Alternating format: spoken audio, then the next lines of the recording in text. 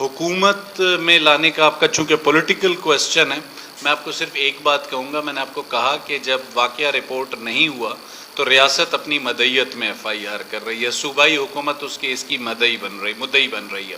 جب صوبائی حکومت مدعی بن رہی ہے تو اس کا مطلب یہ ہے کہ ریاست کا کوئی نظام موجود ہے، اور جو افراد اس واقعے میں ملوث ہیں، چاہے قتل کرنے والے ہوں یا جرگے کا انعقاد کرنے والے ہوں، ان کے خلاف کارروائی ہو. دیکھیں، اس وقت ہمارے پاس کوئی ایسی انفارمیشن نہیں ہے جو آپ سوال کر رہے ہیں کہ اس کا تعلق کسی کالعدم تنظیم سے ہو.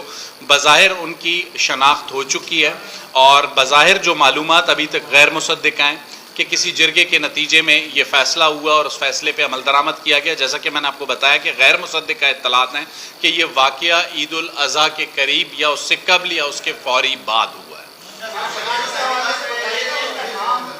بھائی ایک کر کے اگر سوال پوچھیں تو میں جواب جی. دیکھیں، ان کے ناموں کی شناخت ہو چکی ہے، لیکن ان کے نام یا قبائل کے نام ہم اس وقت ڈسکلوز نہیں کر رہے. اس کی وجوہات لازمی سی بات ہے تحقیقات سے ریلیٹڈ ہے.